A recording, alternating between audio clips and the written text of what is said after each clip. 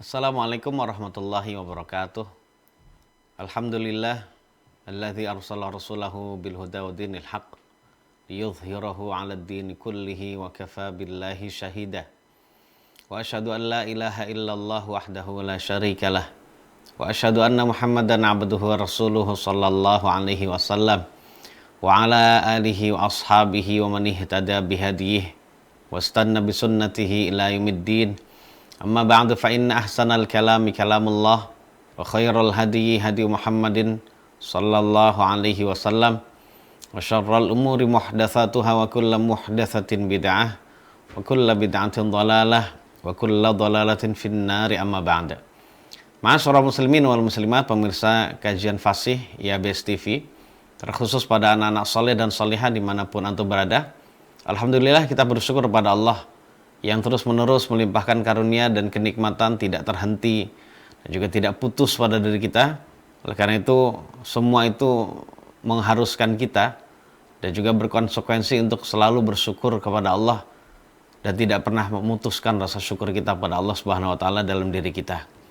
Kemudian salawat dan salam semoga Allah curahkan dan limpahkan pada suri tauladan kita, Nabi kita Muhammad sallallahu alaihi wasallam, yang di pertemuan ini kita pelajari fikihnya, yang di pertemuan ini kita pelajari ilmu dan ajarannya.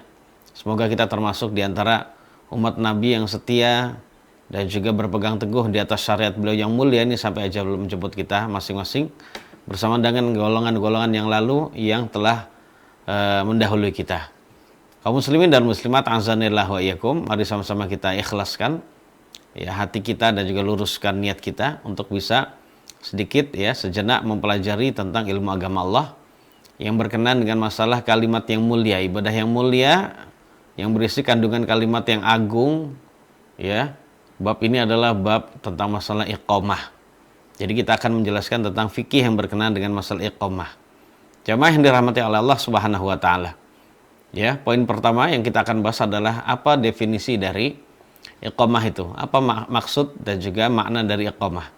Jadi jamaah sekalian, sudah berlalu pembahasan kita waktu itu bahwasanya iqamah maknanya adalah al-i'lamu bil qiyam ila salati bi alfazin ma'thuratin ala sifatin makhsusah. Jadi iqamah itu adalah pemberitahuan untuk melaksanakan salat. Pemberitahuan bahwasanya waktu salat, waktu pelaksanaan salat telah tiba dengan menggunakan lafaz-lafaz atau kalimat-kalimat yang telah termaktub di dalam hadis Nabi, dan juga dengan tata cara yang khusus. Jadi kalimat untuk memberitahu bahwasanya waktu pelaksanaan sholat telah tiba itu adalah kalimat khusus dan juga tata cara juga tertentu. Kemudian berikutnya ya mas sekalian, ya berikutnya kita akan bahas tentang tata cara iqamah atau sifatul iqamah. Jadi jamaah yang dirahmati Allah Subhanahu wa taala, ada dua hadis sahih paling tidak jamaah sekalian yang menjelaskan tentang tata cara iqamah yang berbeda. Jadi dalam hal ini ada dua tata cara iqamah yang dijelaskan dan berasal dari Nabi kita yang mulia sallallahu alaihi wasallam. Yang ini mungkin ada di antara kita yang belum tahu jamaah sekalian. Tata cara yang pertama adalah tata cara yang umum yang kita sering dengar kalau orang mengumandangkan iqamah. Ya jamaah sekalian, jumlah kalimatnya adalah 11 kalimat. Ya, yang terdiri dari Allahu Akbar, asyhadu an la ilaha illallah, asyhadu anna Muhammadar Rasulullah, hayya 'alas shalah, hayya 'alal falah, qad qamatis shalah, Allahu Akbar, la ilaha illallah. 11. Ya, 11 kalimat. Ya, jamaah sekalian ya. 11 kalimat ini jamaah sekalian berdasarkan hadisnya Abdullah bin Zaid yang telah lalu berkenaan dengan masalah azan. Ternyata jamaah sekalian, ya, di dalam hadisnya Abdullah bin Zaid, selain menjelaskan tentang tata cara azan, yang mana Abdullah bin Zaid diajarkan oleh seorang laki-laki di alam mimpinya, dia adalah malaikat jamaah sekalian yang mengajarkan azan itu. Selain itu juga dalam hadis tersebut menjelaskan tentang tata cara iqamah jamaah sekalian. Begitu juga ada hadis yang lain yang menjelaskan bahwasannya tata cara iqamah menurut hadis Anas itu adalah Beliau berkata, umira Bilalun an yashfa'al adhana wa yutiral iqamah. Ya, wa yutiral iqamah illa iqamah. Jadi Bilal, kata Anas bin Malik radhiyallahu anhu, telah diperintahkan oleh Nabi Shallallahu alaihi wasallam untuk menggenapkan kalimat azan. Kalau kalimat azan genap, umumnya itu adalah berjumlah 2. Ya, seandainya genap, ada juga yang berjumlah 4. Ya, umumnya adalah 2 kali, syahadat 2 kali, ya, syahadat tentang masalah risalah Nabi 2 kali, hayya 'alas shalah 2 kali, hayya 'alal falah 2 kali, Allahu akbar 2 kali, dan seterusnya. Ya, jadi umumnya adalah 2 kali kalau azan. Walaupun juga ada yang 4 gitu ya.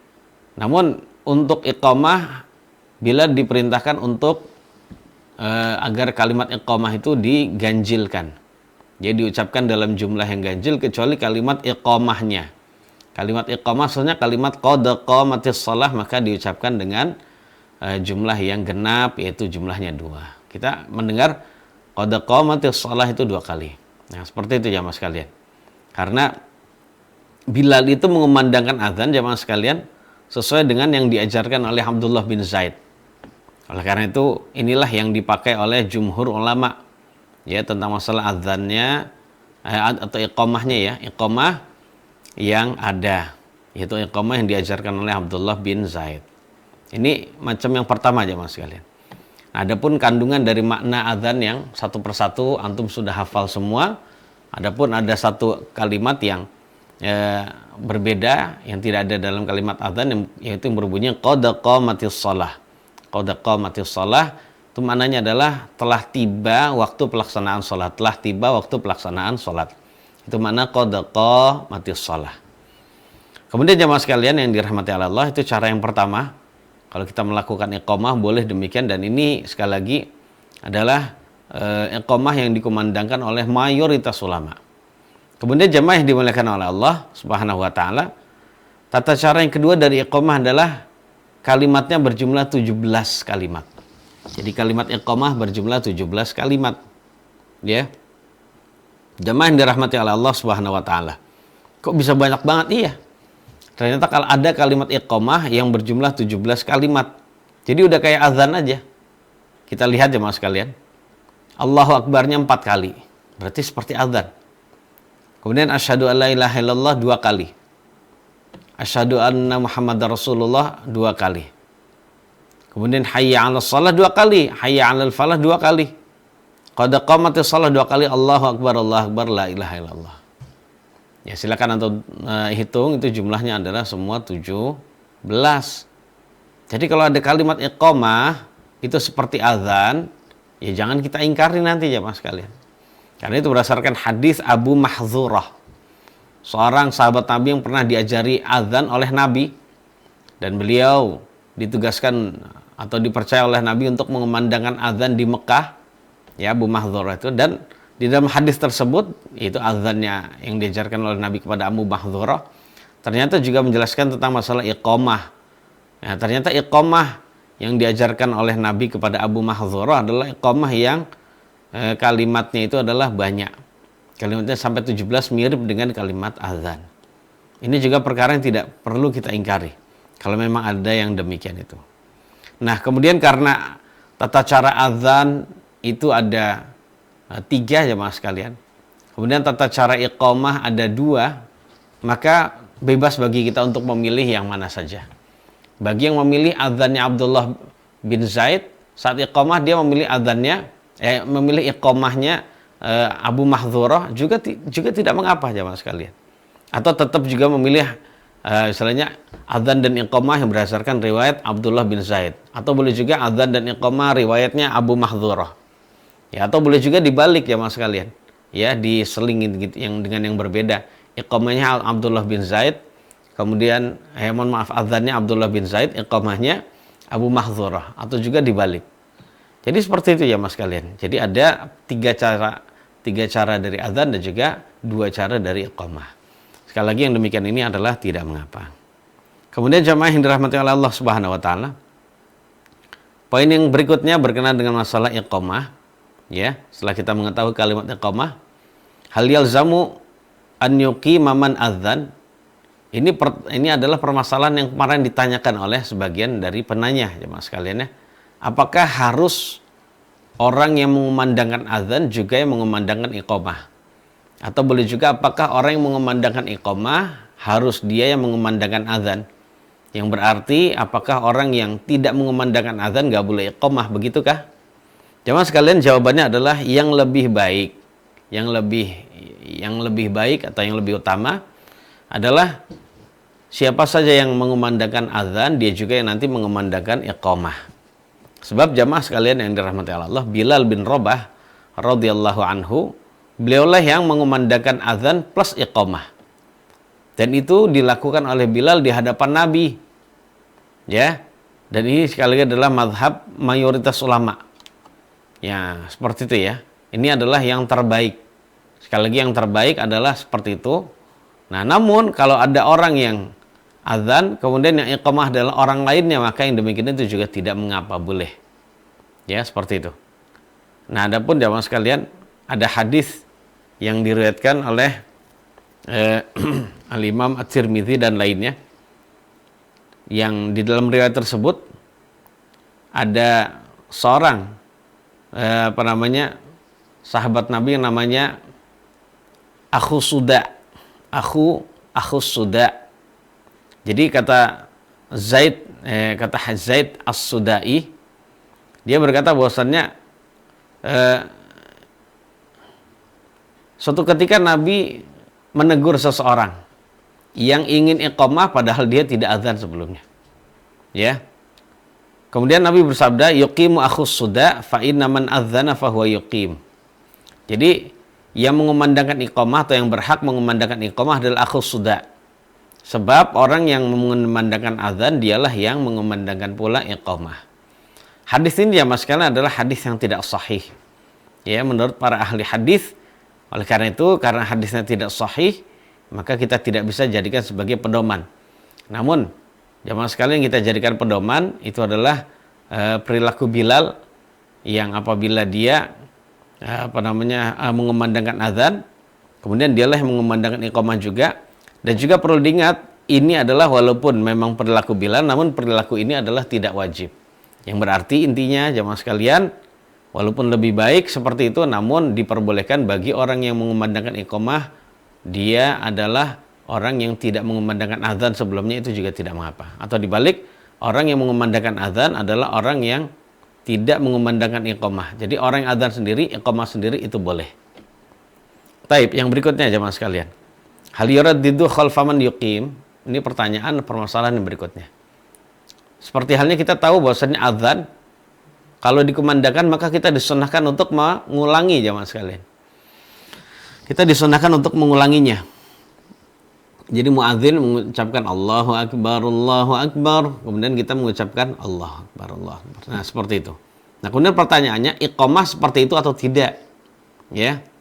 Jamaah sekalian yang dirahmati Allah Subhanahu wa taala, bahwasannya tetap disyariatkan. Ya, tetap disyariatkan bagi orang yang mendengarkan iqamah untuk berkata dan mengucapkan seperti apa yang diucapkan oleh orang yang iqamah. Jadi orang yang mendengarkan iqamah mengucapkan seperti apa yang mengucapkan iqamah. Ya, ini berdasarkan keumuman dari sabda Nabi yang mulia sallallahu alaihi wasallam, "Idza sami'tumun nidaa faqulu misla ma yaqul." Nah, apabila kalian mendengar azan, maka ucapkanlah seperti apa yang diucapkan oleh muadzin. Nah, sedangkan iqamah itu adalah bagian dari azan. Ya, sebagaimana sabda Nabi, "Baina kulli adzanaini shalatun." Di antara setiap dua azan ada salatnya. Jadi di antara setiap azan dan iqamah ada salatnya. Nah, dari hadis yang mulia ini menunjukkan bahwasannya Nabi memberi nama iqamah dengan azan juga. Berarti jemaah sekalian, ya ini menunjukkan bahwasannya hukum iqamah sama seperti azan. Sebagaimana azan, seseorang yang mendengarnya itu disunnahkan untuk mengulang-ulanginya, begitu juga iqamah. Jadi pas lagi kumandang iqamah, Allahu Akbar, Allahu Akbar, asyhadu an la ilaha illallah, kita ucapkan belakangnya Allahu Akbar, Allahu Akbar, asyhadu an la ilaha illallah, asyhadu an la ilaha illallah, dan seterusnya. Kemudian ada permasalahan lagi, ada kalimat di dalam iqamah yang tidak ada di dalam kalimat azan. Apakah itu juga diucapkan yang sama seperti apa yang diucapkan oleh yang mengumandangkan iqamah?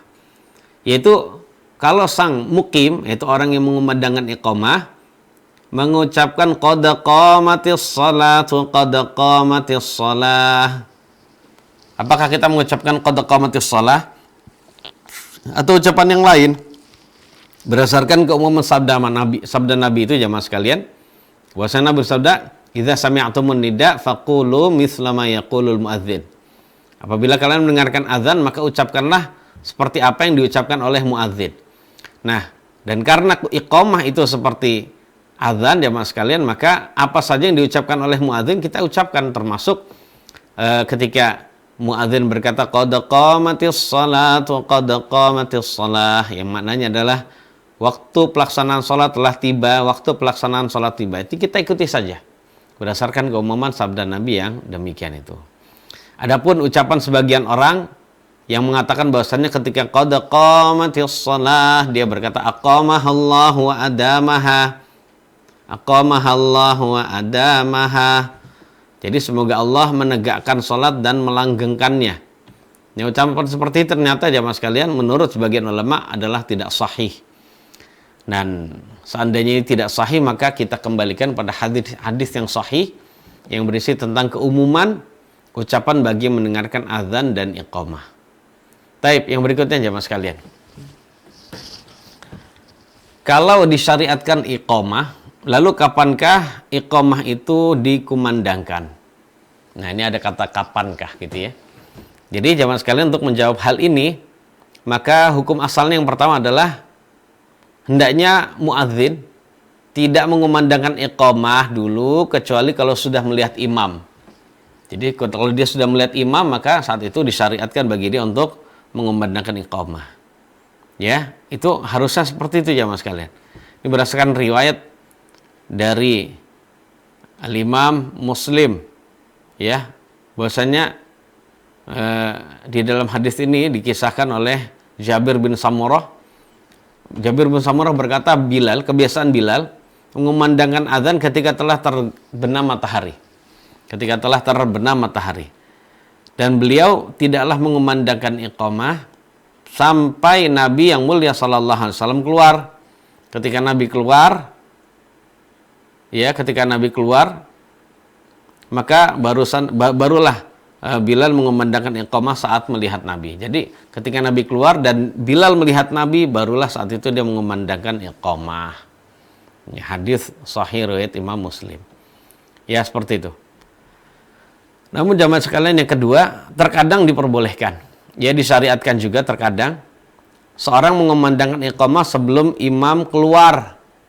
Ya, sebelum imam keluar dari rumahnya. Nah, perhatikan ya. Lalu ketika dia melihat imam dari jauh atau mengetahui bahwasannya hampir keluar, jadi dia tahu hampir keluar, maka yang demikian itu diperbolehkan. Dia mengumandangkan iqamah sebelum imam keluar. Ini udah jamnya seperti ini nih. Contohnya imamnya orangnya di samping masjid rumahnya. Biasanya jam segini dia pasti datang. Jadi ada imam yang ternyata datangnya itu ketika kumandang iqamah dimulai, karena rumahnya di samping masjid. Allahu Akbar, Allahu Akbar, baru dia masuk ke dalam masjid, keluar rumah kemudian masuk ke dalam masjid. Yang demikian itu juga tidak mengapa. Ya. Karena jemaah yang dimuliakan oleh Allah, Nabi kita yang mulia sallallahu alaihi wasallam itu barulah dikumandangkan iqamah, ya, barulah dikumandangkan iqamah. Kemudian manusia mengambil shaf masing-masing. Ya, kemudian manusia mengambil shaf masing-masing. Jadi padahal saat itu Nabi belum berdiri. Maka yang demikian itu tidak mengapa. Jadi sekali lagi, walaupun imam belum keluar, tapi sudah waktunya ini, dikomatin aja. Nah, ketika dikomatin, imam baru datang, keluar, ya. Kemudian setelah keluar baru dia ngimami sholat. Itu yang demikian itu tidak mengapa. Sekali-kali demikian jamaah sekalian ya. Ini berdasarkan hadis tadi riwayat Imam Muslim juga. Kemudian jamaah sekalian yang dirahmati Allah, kalau seorang muadzin mengumandangkan iqamah ketika melihat imamnya, atau terkadang imamnya mesti akan keluar nih setelah saya iqamah. Ya. Sekarang pertanyaannya, mata yaqumun nasu lis-shalah. Kalau sudah dikumandangkan iqamah, lalu kapankah ya para makmum itu berdiri untuk sholat? Sekali lagi, kalau sudah dikumandangkan iqamah, maka para makmum itu, ya jamaah sekalian, para makmum itu tadi apa? Saya ulang ya pembahasannya, bahwasannya ketika tadi jamaah kita tahu kalau makmum ya, kalau makmum itu kapan dia berdiri untuk bisa menegakkan sholat, untuk bisa melaksanakan sholat. Kan kita tahu makmum itu kan pada duduk nungguin. Ketika kumandang iqamah, apakah dia langsung berdiri begitu jamaah sekalian? Nah, tentang masalah hal ini diperinci. Ya, tentang masalah hal ini adalah diperinci. Yang pertama adalah idza lam yakunil imamu ma'ahum fil masjid. Kalau saat kumandang iqamah, imam itu belum ada di masjid. Perhatikan ya mas sekalian. Ketika kumandang iqamah, imam belum ada di masjid, maka sunnahnya adalah para makmum nggak berdiri dulu. Walaupun sudah iqamah, diem dulu. Sampai kapan? Sampai melihat imamnya masuk masjid. Ya, sampai melihat imamnya, ya dengan ada imam masuk masjid baru ngelihat. Nah gitu ya. Ya, baik muadzinnya itu sudah iqamah atau belum iqamah. Nah seperti itu. Jamaah sekalian, semua ini adalah berdasarkan sabda Nabi yang mulia sallallahu alaihi wasallam, "Idza uqimatis shalatu fala taqumu hatta tarawni." Ya, apabila sudah dikumandangkan iqamah, maka janganlah kalian berdiri dulu sampai kalian melihat saya. Jadi walaupun sudah dikumandangkan iqamah atau belum, saya belum datang dan kalian belum lihat saya, sudah. Kalian gak usah berdiri, tetap saja duduk. Sudah dikumandangkan iqamah, imamnya belum ada, tetap saja duduk. Ya, seperti itu. Dari hadis ini berarti menunjukkan iqamah itu bukan harus segera berdiri jamaah sekalian. Ya. Jadi tidak harus segera berdiri seperti yang diklaim oleh sebagian orang misalnya. Nah, ini menunjukkan bahwasanya Nabi kita yang mulia sallallahu alaihi wasallam tidak menginginkan umatnya terasa berat. Soalnya kumandang iqamah sudah diperdengarkan. Bahkan mungkin sudah selesai, imamnya belum masuk. Para makmum pada nungguin berdiri, kadang nggak lama. Nah, Nabi memberitahu, meringankan umatnya, karena Nabi sayang terhadap umatnya. Jangan berdiri dulu, udah kalian duduk dulu aja di tempat masing-masing sebelum kalian melihat saya. Seperti itu jamaah sekalian ya.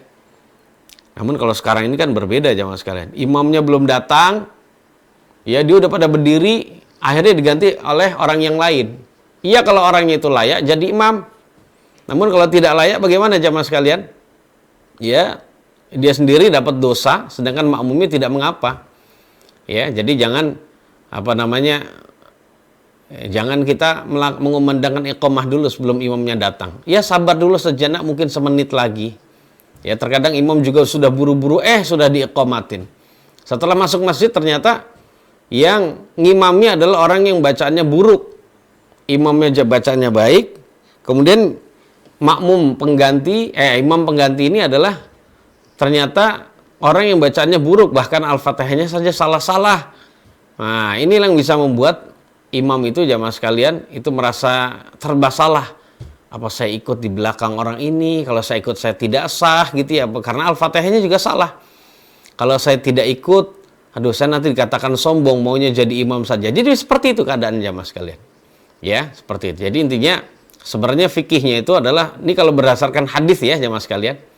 Berdasarkan hadis adalah walaupun sudah dikumandangkan iqamah, namun kita belum melihat imam, ya kita nggak usah berdiri dulu. Jadi kita duduk dulu, seperti itu. Jadi tujuannya adalah agar tidak memberatkan jamaah. Itu yang pertama, kalau sudah dikumandangkan iqamah, namun ternyata makmum belum melihat imam. Kondisi yang kedua jamaah sekalian. Kondisi di mana imam sudah berada bersama dengan makmum di masjid. Kemudian dikumandangkan iqamah, imamnya sudah di situ karena imamnya sudah melakukan sholat sunnah qobliyah di masjid. Pas kumandang iqamah, imamnya sudah di situ. Sekali lagi, pas kumandang iqamah, imamnya sudah memang di situ. Nah, bagaimana jamaah sekalian? Kapankah makmumnya berdiri? Kalau pendapat mazhab Asy-Syafi'i dan juga jumhur, yaitu mayoritas ulama, berkata mereka tidak berdiri dulu kecuali setelah muadzin selesai dari kumandang iqamah. Ya santai dulu, walaupun imamnya sudah di tempat, kemudian sudah dikumandangkan iqamah, ya makmum santai dulu, duduk dulu sampai iqamahnya, kumandang iqamah itu selesai. Seperti itu. Kemudian dalam pendapat Imam Malik, jadi berdirinya ketika akan memulai iqamah. Pendapat Imam Ahmad, idza qala al-muadzinu qad qamatis shalah. Kalau menurut Imam Ahmad ya Mas kalian, ya, makmum itu berdiri ketika muadzin mengucapkan qad qamatis shalah, yang artinya telah datang, telah tiba waktunya pelaksanaan salat. Ya, seperti itu. Akhirnya kita berdiri. Ada qad qama itu asal dari qama yaqumu, artinya adalah berdiri. Dan Imam Abu Hanifah berkata yaqumuna idza qala hayya 'alas shalah. Ya. Makmum berdiri ketika imam mengucapkan hayya 'alas shalah. Nah, hayya 'alas shalah dalam iqamah gitu ya. Hayya 'alas shalah dalam iqamah. Nah, dalam kondisi seperti ini jamaah sekalian, kalau kita ingin mendapatkan pendapat jumhur ulama ya, atau ingin sesuai dengan pendapat jumhur ulama, maka kita boleh mengikutinya jamaah sekalian. Ya, kita tidak berdiri dulu kecuali setelah selesai dari kumandang iqamah. Enggak apa-apa, udah imam di situ, ini sedang dikumandangkan iqamah, kita diam dulu. Kita diam dulu, duduk dulu. Ya, nanti ketika sudah selesai barulah kita berdiri. Kemudian jamaah sekalian yang dirahmati oleh Allah Subhanahu wa taala. Ya, bahwasannya yaitu insya Allah pendapat yang kuat. Ya, pendapat yang kuat, kalau ingin pendapat jumhur yang kuat adalah jangan kita berdiri dulu sampai kita melihat imam. Ya, jangan kita berdiri dulu sampai kita melihat imam. Nah, kalau sudah melihat imam, maka saat itu kita baru berdiri. Wallahu a'lam bishawab, masing-masing memiliki pendapat, silakan ya. Jadi, dalam masalah hal ini ada 4 pendapat tadi ya. Ada pendapat Imam Asy-Syafi'i dan juga jumhur, Imam Malik pendapatnya sendiri, Imam Ahmad juga pendapatnya sendiri, dan Imam Abu Hanifah juga pendapatnya masing-masing. Kemudian jemaah sekalian yang dirahmati oleh Allah Subhanahu wa taala. Ya. Yang berikutnya adalah sebagian dari ulama, khususnya adalah ulama masa kini kontemporer, itu berpendapat bahwasannya qomat tidak disyariatkan menggunakan pengeras suara. Sebab menurut ulama ini qomat itu hanyalah pemberitahuan bagi orang yang sudah hadir di masjid untuk melaksanakan sholat. Dan tidak perlu diperdengarkan bagi orang yang belum hadir ke masjid. Sebagian ulama begitu ya. Namun jamaah sekalian, ini adalah memang pendapat diantara Syekh Al-Albani yang berpendapat demikian. Ya. Dikarenakan beliau berpendapat bahwasanya iqamah itu hanya dituju adalah untuk bisa memberitahu akan pelaksanaan waktu sholat sudah tiba. Jadi bahwasanya pelaksanaan waktu sholat telah tiba, dan itu hanya berlaku bagi orang yang berada di dalam masjid. Adapun orang yang sudah orang yang masih berada di luar, maka saat itu tidak perlu kita perdengarkan. Ya, sebab mereka sudah dipanggil dengan panggilan muadzin. Ya, panggilan azan ya, gitu ya. Ketika panggilan azan itu mereka sudah dikeraskan, dan itu sampai terdengar di luar, apalagi kalau zaman sekarang dengan pengeras suara, ya cukup itu saja, ya, dan cukup dengan satu panggilan itu membuat dia segera berangkat ke masjid. Nah, adapun dia belum berangkat ke masjid, ya tetap tidak perlu kita perdengarkan iqamah. Jadi dengar iqamah atau tidak, intinya dia harus segera mendatangi masjid, seperti itu. Nah, demikian jemaah sekalian yang dirahmati oleh Allah Subhanahu wa taala. Wallahu a'lam bishawab, jemaah sekalian, itu adalah berkenaan dengan masalah fikih yang ada di dalam masalah iqamah. Ya, barangkali di antara jemaah sekalian kalau ada yang ingin bertanya dipersilahkan. Wallahu a'lam bishawab.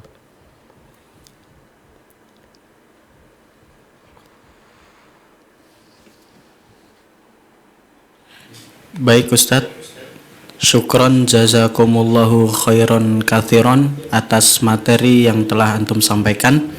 Semoga bermanfaat dan dapat diambil faidahnya dari kajian pada hari ini. Baik, saat ini kita telah memasuki sesi tanya jawab. Bagi pemirsa yang ingin mengirimkan pertanyaannya seputar kajian fikih anak solih, fasih, kajian rutin kita, insya Allah antum dapat kirim WA melalui nomor 0811 8033 389. Baik Ustadz, akan saya bacakan pertanyaan pertama. Bismillah, izin bertanya, ketika iqomah dikumandangkan dan sedang melaksanakan sholat sunnah, apa sebaiknya melanjutkan sholat sunnahnya atau disudahkan sholat sunnahnya? Silahkan Ustaz. Ya, syukron jazakallah khair atas pertanyaan dari pemirsa sekalian. Tentang masalah hal ini, jawabannya adalah kita perinci. Kalau kita baru memulai sholat sunnah, tentu saja kita batalkan. Ya, karena untuk menyelesaikannya itu adalah butuh waktu, bahkan membuat kita jadi terlambat dari takbiratul ihram, bahkan bisa terlambat rakaat. Nah, kalau sudah seperti ini, tentu saja yang kita utamakan adalah sholat wajib, ya, seperti itu. Nah, seperti juga kita sudah mendapatkan satu rakaat, ingin rakaat yang kedua, baru naik Allahu Akbar rakaat yang kedua, sudah iqamah, ya sudah kita selesaikan, karena kita tidak bisa cepat untuk bisa membaca Al-Fatihah. Karena kita wajib nanti tumakninah. Dan itu bisa memakan waktu, ya sudah. Kita batalkan saja dan kita tetap mendapatkan pahala satu. Ya, karena pahala satu itu adalah pahala niat. Nah, demikian jamaah sekalian. Jadi kita utamakan sholat wajib ketika itu. Kemudian kalau kita hendak sholat sunnah Allah, baru Allah gitu ya. Terus sudah iqamah, maka saat itu ya tentu saja kita batalkan. Jadi membatalkan. Nah, adapun kalau memang tinggal sebentar lagi, contohnya kita sudah sujud, kemudian dikumandangkan iqamah, sujudnya baik sujud yang pertama, sujud kedua di rakaat yang kedua, walaupun belum tasyahud, ya tidak mengapa kita teruskan. Berharap kumandang iqamah selesai, kita pun sudah tasyahud. Atau paling tidak, kalau imam yang menetapi sunnah, dia ketika sudah berada di shaf dan jamaah juga sudah berbaris, dia tidak langsung takbiratul ihram. Itu imam yang benar. Dia meneliti dulu barisan itu sudah lurus atau belum. Dan itu bisa dimanfaatkan oleh makmum yang menyelesaikan sholat sunnah qabliyah untuk membaca bacaan yang wajib seperti bacaan tasyahud dan juga sholawat Nabi. Sehingga sholat Nabi yang pendek saja, Allahumma sholli ala Muhammad wa ala ali Muhammad, setelah itu dia salam, kemudian segera berbaris, berharap ketika dia sudah berbaris, imam takbiratul ihram, sehingga dia menjumpai takbiratul ihram, dan itu keutamaannya sangat besar dibandingkan orang yang tidak menjumpai takbiratul ihram. Seperti itu jamaah sekalian. Jadi jawabannya adalah diperinci. Sekali lagi dalam masalah hal ini, sholat wajib kita utamakan. Terus kalau kita nggak sempat melaksanakan sholat sunnahnya atau sholat sunnah kita batalkan, boleh bagi kita mengqadha sholatnya. Jadi bagi orang yang memiliki cita-cita tinggi, ya, dengan adanya dia ingin meraih surga, kemudian ingin menyempurnakan ibadah sholatnya dan juga ibadah yang lain, maka saat itu jamaah sekalian, dia boleh mengqadha sholat sunnah qabliyah setelah sholat wajib tersebut. Jadi setelah sholat wajib, tentu saja kita zikir dulu. Kemudian kita sholat sunnah. Setelah sholat wajib itu kita boleh niatkan sholat sunnah qabliyah, nggak apa-apa. Itu adalah qadha. Setelah itu baru kita melakukan sholat sunnah ba'diyah. Wallahu a'lam bishawab. Naam. Syukron Ustadz atas jawaban yang antum berikan, semoga bermanfaat bagi penanya. Lanjut ke pertanyaan berikutnya. Langsung ada 2 pertanyaan Ustadz. Yang pertama, bagaimana hukum iqomah yang lafaz takbirnya hanya sekali? Kemudian pertanyaan kedua, apakah ada dalil yang mewajibkan orang yang azan dialah yang harus iqomah? Baik. Silakan Ustaz. Ya, jazakallah khairah kepada penanya, bahwasannya apakah ada ya ajaran kalimat takbir dalam iqamah itu 1 kali? Jawabannya tidak ada jemaah sekalian. Kalau yang mengatakan bahwasannya Bilal diperintahkan oleh Nabi untuk mengganjilkan kalimat iqamah, itu adalah makna secara umum. Tapi ada sebagian kalimat yang tetap 2, yaitu takbir. Ya, tetap takbir. Ya seperti halnya Bilal juga diperintahkan untuk menggenapkan atau mengumandangkan azan 2 kali 2 kali. Tapi apakah semuanya harus 2 kali? Tidak. Sebab di sana ada juga yang 4 kali, bahkan ada yang 1 kali. Jadi seperti itu jamaah sekalian ya. Jadi masalah seperti ini dilihat umum. Jadi jangan dipukul rata semua. Jadi demikian. Jadi kalau ada perintah dari Nabi kepada Bilal untuk menggenapkan azan, mengganjilkan iqamah, itu dilihat dari prakteknya. Ya, dilihat dari prakteknya. Sebab di dalam azan, di dalam iqamah juga, la ilaha illallah, tahlil, kalimat tahlil itu sekali semua. Allahu Akbar, la ilaha illallah, la ilaha illallah. Apakah kita mau menjadikan la ilaha illallah 2 kali? Jawabannya tidak, jemaah sekalian. Ya, jadi tetap sekali-sekali saja. Untuk iqamah, kecuali kalau dalam lafaz takbir di awal, ya, dan juga takbir di akhir itu ya, seperti itu. Wallahu a'lam bissawab. Kemudian apakah yang iqamah itu harus adzan dulu sebelum? Jawabannya tidak. Memang ya, yang terbaik adalah kalau orang yang adzan dialah yang iqamah juga. Namun terkadang juga diperbolehkan bagi orang yang ingin mengumandangkan iqamah walaupun dia bukan orang yang mengumandangkan adzan sebelumnya. Jawabannya tidak mengapa, boleh ya. Bagi orang yang ingin mengumandangkan iqamah karena dia ingin mencari pahala, dia boleh walaupun sebelumnya yang adzan adalah orang lain. Wallahu a'lam bissawab. Nah, Syukron Ustadz atas jawaban yang antum berikan, semoga bermanfaat bagi penanya.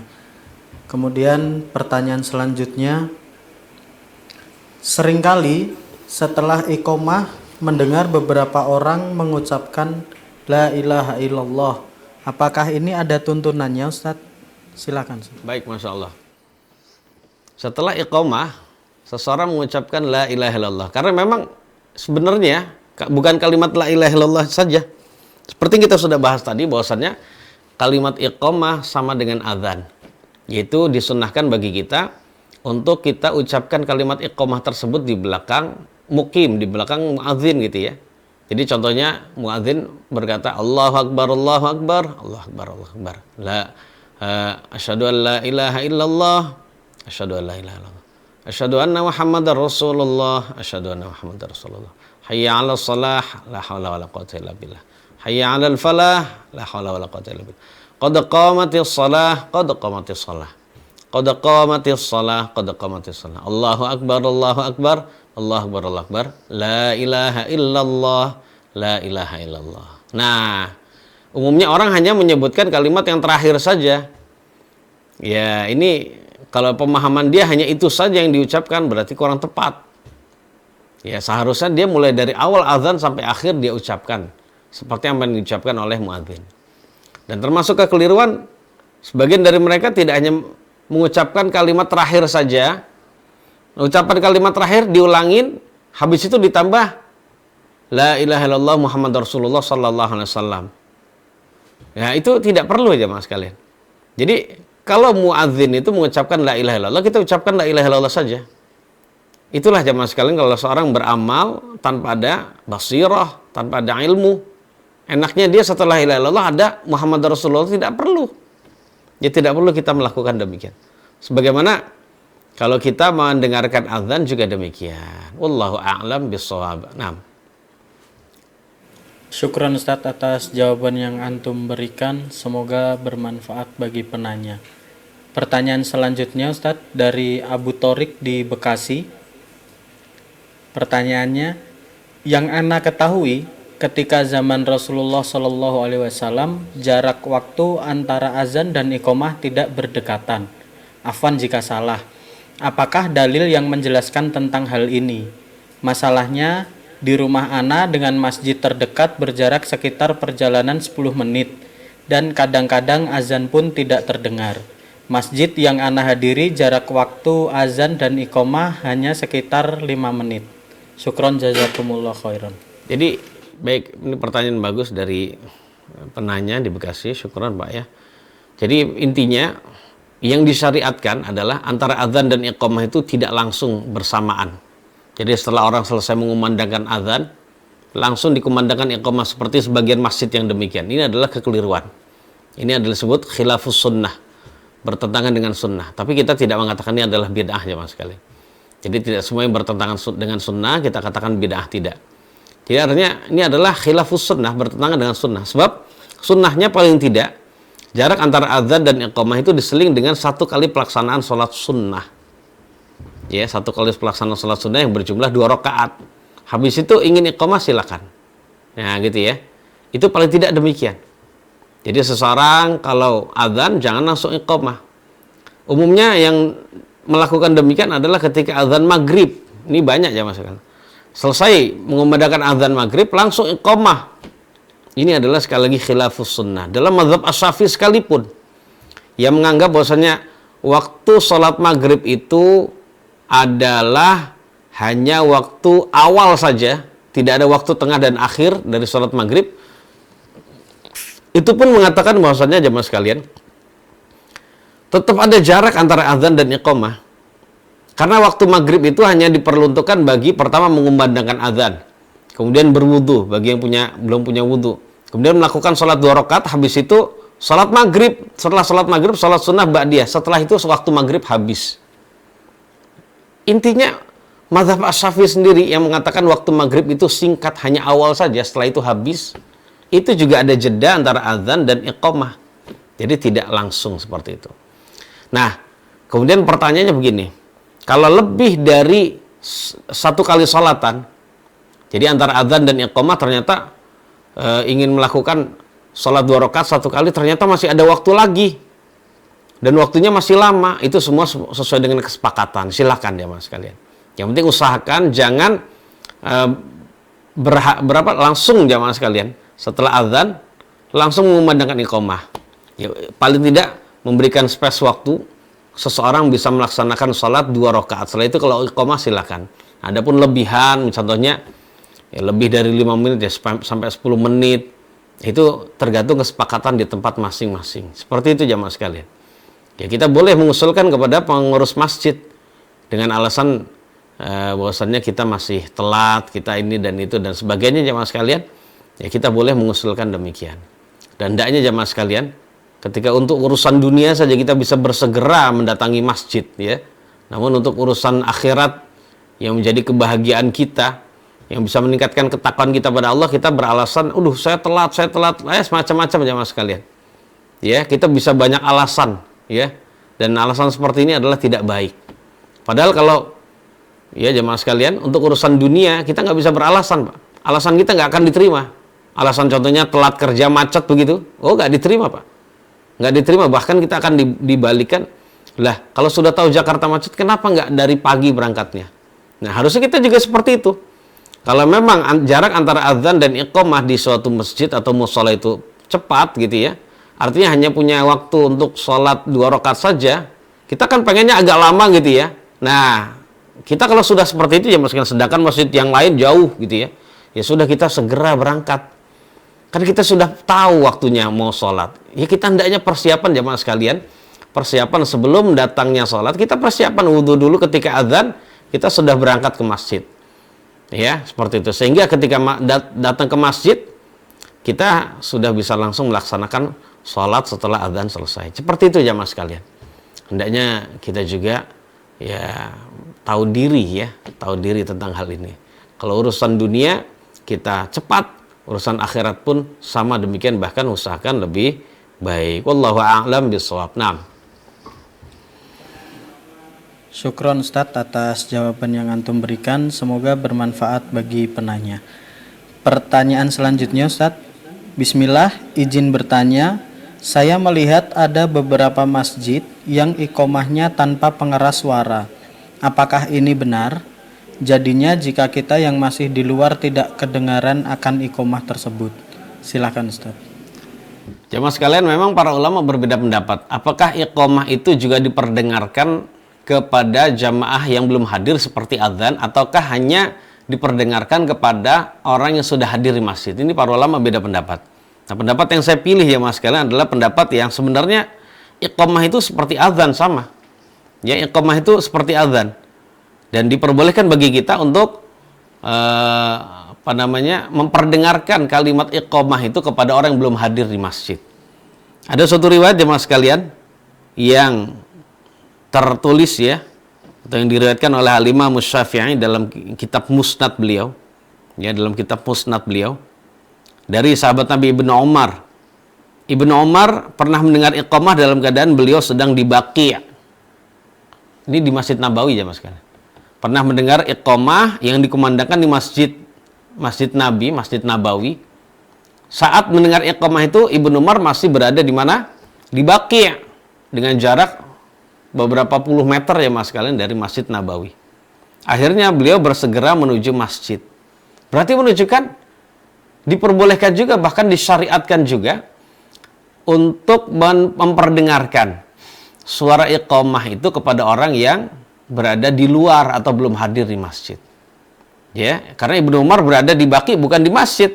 Akhirnya karena dengar iqamah beliau segera berangkat ke masjid. Seperti itu ya mas sekalian. Dan hal ini hendaknya tidak kaku. Nah, kalau pengurus masjid itu, kalau jamaah itu menghendaki untuk diberitahu dua-duanya, ya azan, ya yang kencang, iqamah juga kencang, ya hendaknya dirubah jemaah sekalian. Jadi tidak hanya di dalam saja. Namun kalau umumnya seperti di sekolah gitu ya, ketika iqamah itu jemaah sekalian, itu ketika azan orang udah pada ke masjid dan tidak ada lagi tersisa di luar kecuali hanya sedikit, dan mereka mengambil keputusan bahwasanya iqamah suara dalam aja ya sudah nggak masalah. Semua itu adalah berdasarkan kesepakatan jamaah sekalian, dan masalah hal ini adalah bukan masalah yang prinsip. Hendaknya kalau jamaah memilih sebaliknya, maka ya sudah kita menurut ya apa yang diinginkan oleh para jamaah, karena mereka jamaah sekalian adalah orang-orang yang memang bisa jadi ingin ya sholat berjamaah di masjid ya, seperti itu. Jadi nggak harus seperti yang dilakukan oleh sebagian, bahwasanya harus didengarkan oleh orang yang di masjid saja, di luar nggak boleh. Tidak demikian. Tidak demikian, karena yang demikian itu adalah ternyata ada hadisnya atau riwayat dari sahabat Nabi. Ya, Allahu a'lam bishawab. Ya mungkin kalau ibu-ibu yang bertanya demikian itu, atau jamaah yang memang ada seperti itu, kalau menginginkan usulkan kepada DKM. Semua di dalam hal ini semua bisa dimusyawarahkan, bisa dirundingkan ya mas sekalian. Karena Indonesia ini adalah negeri yang sudah terbiasa untuk melakukan musyawarah untuk mencapai mufakat. Wallahu a'lam bishawab. Nah. Syukron Ustadz atas jawaban yang antum berikan. Semoga bermanfaat bagi penanya. Pertanyaan tadi merupakan pertanyaan terakhir Ustadz. Baik pemirsa, kita telah memasuki hujung acara. Namun sebelumnya kami infokan untuk dapat selalu mengikuti program ini yang akan tayang setiap Selasa, insya Allah pukul 4 sore. Dan jangan lupa ikuti terus channel kami di IHBS TV dan IG kami di IHBS News untuk mendapat info terupdate. Baik Ustadz, silakan untuk memberikan kesimpulan pada kajian hari ini. Tafadhol. Baik jemaah sekalian yang dirahmati Allah Subhanahu wa taala, kalimat iqamah adalah kalimat yang agung, yang tidak kalah agungnya dan mulianya dibandingkan kalimat azan. Hendaknya kita sebagai umat Islam, ya kalau sudah mengetahui fikih yang berkenaan dengan iqamah ini, ya kita amalkan ya mas sekalian. Ya, pertama yang kita amalkan adalah kita tidak usah mengingkari kalau ada orang yang mengumandangkan iqamah. Mungkin di Indonesia tidak ada ya mas, mungkin di negeri yang lain. Dia mengumandangkan iqamah ya, dengan kalimat seperti azan 2 kali. Ya, ini tidak perlu kita ingkari, karena memang itu berdasarkan riwayat yang berbeda-beda. Kemudian jamaah sekalian, tentang masalah hal ini, hendaknya muadzin mengumandangkan iqamah kalau memang sudah melihat imam. Kalau belum ada imam, hendaknya jangan dikumandangkan terlebih dahulu. Ini yang terbaik. Kecuali kalau imam terlalu lama, sedangkan jamaah ingin segera sholat, barulah jamaah sekalian ya. Jadi terkadang jamaah sekalian, jam yang ada di masjid itu, penunjuk iqamah itu terkadang kita tidak perlu gunakan. Seandainya sudah tit bunyi harus qomat, namun imamnya belum ada, imamnya sebentar lagi akan datang. Ya tungguin dulu jamaah sekalian. Karena dialah yang berhak untuk menentukan kapan iqamahnya. Demikian jamaah sekalian. Dan hal-hal yang berkenaan dengan yang lain ya, seperti ya nggak usah terlalu kaku bagi para orang-orang yang mengampu dan juga mengurus masjid, bahwasannya azan itu atau iqamah itu harus suara dalam. Ya, semua itu adalah tergantung kondisi jamaah sekalian, tergantung kondisi dan juga keinginan jamaah setempat, dan ini adalah bukan permasalahan prinsip. Tidak mengapa kita melakukan hal yang berbeda selagi semuanya adalah ada dasarnya. Wallahu a'lam bishawab. Semoga Allah memberikan tambahan faedah dan manfaat bagi saya khususnya dan juga bagi jamaah yang dimuliakan oleh Allah Subhanahu wa taala, pemirsa kajian fasih terkhusus pada anak-anak soleh dan solehah, calon generasi penerus agama ini dan juga nusa dan bangsa yang kita cinta ini. Ada kekurangannya, kata-kata yang tidak berkenan, mohon maaf yang sebesar-besarnya. Ya, kita tutup kajian kita yang mulia ini dengan doa kafaratul majlis. Subhanakallahumma bihamdik asyhadu an la ilaha illa anta astaghfiruka wa atubu ilaik. Wassalamualaikum warahmatullahi wabarakatuh.